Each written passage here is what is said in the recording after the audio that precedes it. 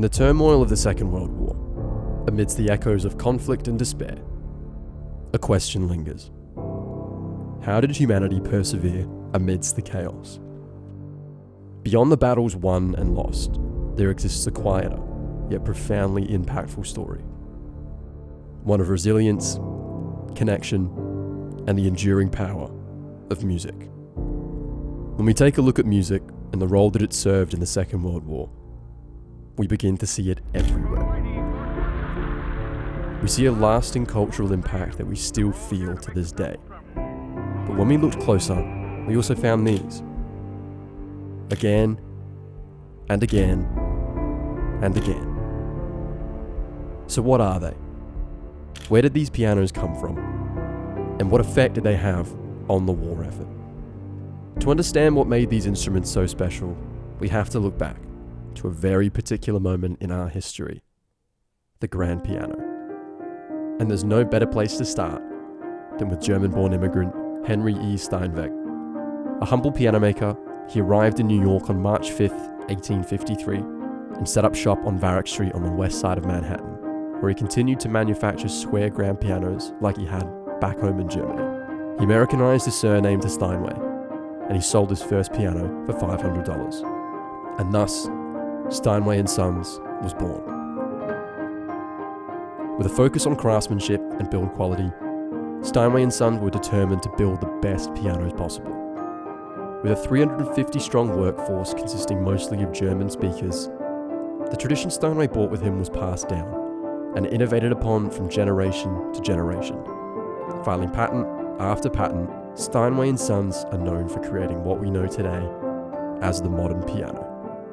They had solidified themselves as the luxury piano maker, in the process going on to make 300,000 pianos by 1938, with the 300,000th being gifted to US President Franklin D. Roosevelt.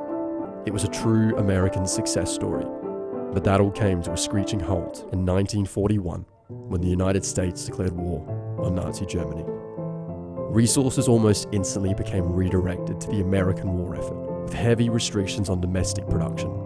No brass, no copper, and no iron. The raw materials required to make their grand pianos were no longer available, which left them in a tight spot. With their young and able men being snapped up by the war effort, their workforce had shrunk dramatically, but the factories bided their time.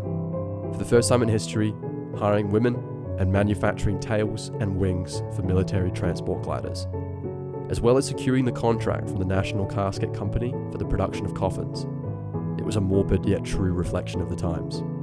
They had bid just enough time to secure another contract, this time for the US government's War Production Board, for the creation of a piano that could withstand the trials and turbulence of war, with the intent of providing American and Allied troops with a well-needed morale boost.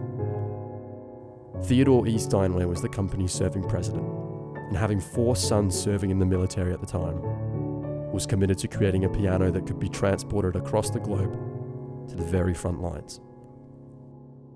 Now there were a multitude of challenges facing the piano makers. Firstly, the restriction of raw materials required to build the pianos in the first place. They also had to tackle the sheer size of these things. Steinway had to find a way of shrinking 990 pounds all the way down to 455. As well as equipping the instrument with handles that it could be carried by just 4 soldiers. The pianos had to be tropicalized to withstand all climate conditions, as they were destined for delivery in all theaters of war. It was no easy task, but so they began. Retrofitting existing Regency upright pianos with the new soft iron alternative to the copper windings of the bass strings, creating white celluloid keys as the ivory would have simply peeled off in the tropical climates, treating the whole instrument with anti-termite and insect repellents, and sealing the whole thing up with a water-resistant glue. They had achieved an engineering miracle, designed for maximum efficiency under very restrictive guidelines. A piano that was ready for war. Prototypes were finished, and in June 1942, they passed government inspection, coining the name Victory Vertical.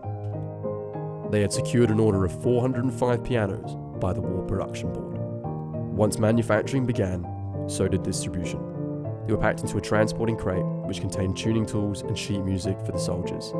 Everything from old classics to Protestant hymns. It was a carefully curated collection of songs to share with the world. They began their journey, traversing land, sea, and air, destined for every theatre of war across the globe. But it was on the front line where these instruments really found their true purpose. The B-17 bomber, an aircraft famed for its payload of several thousand pounds of bombs, now under special circumstances, loaded up to parachute victory vertical pianos to all corners of the world. England, Australia, New Guinea, they made their way everywhere, descending from the sky as symbols of resilience and reminders of humanity in the most unlikely of places. There was always the danger of enemy shells landing on us, writes Army pianist Seymour Bernstein.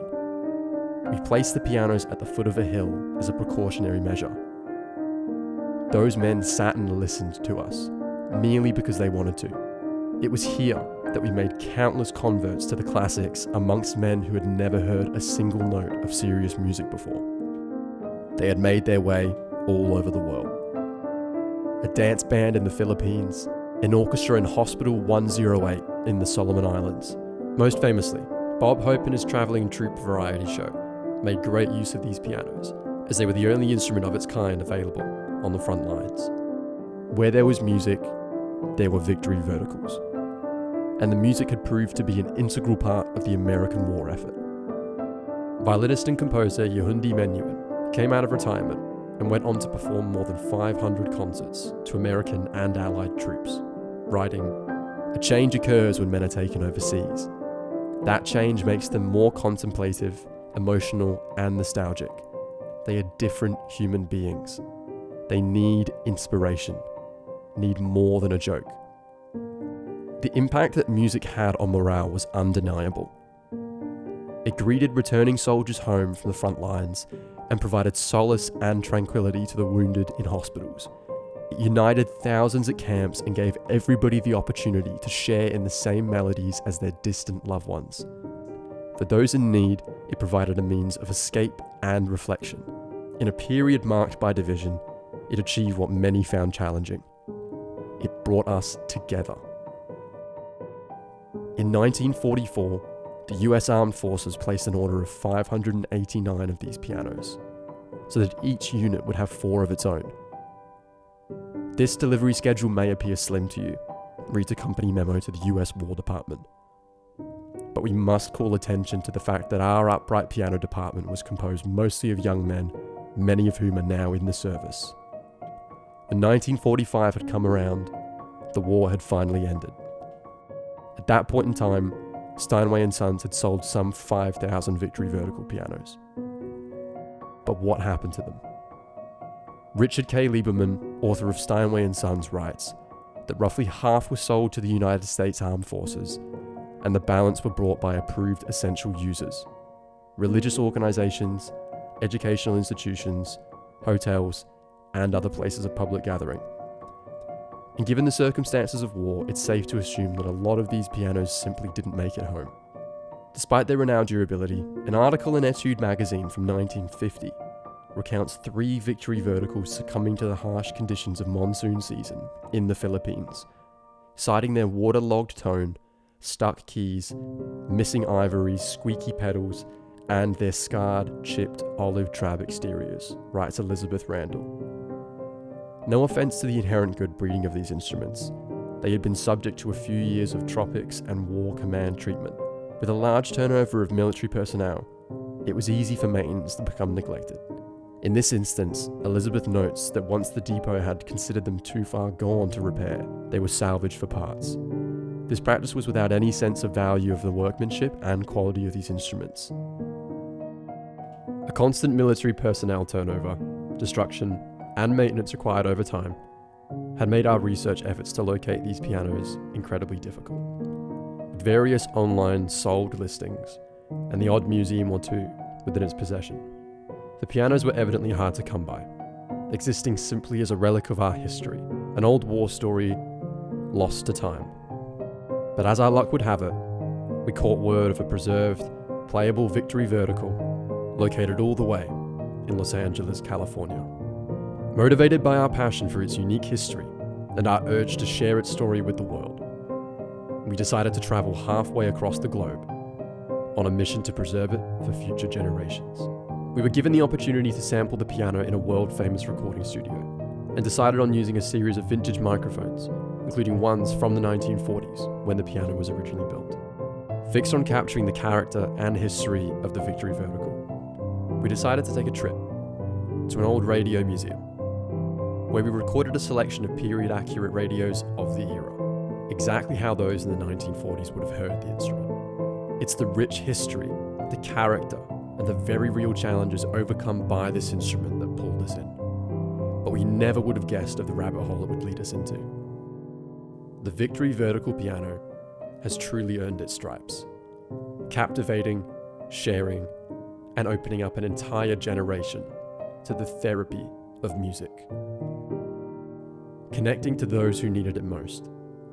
It's available to download now at thecrowhillcompany.com.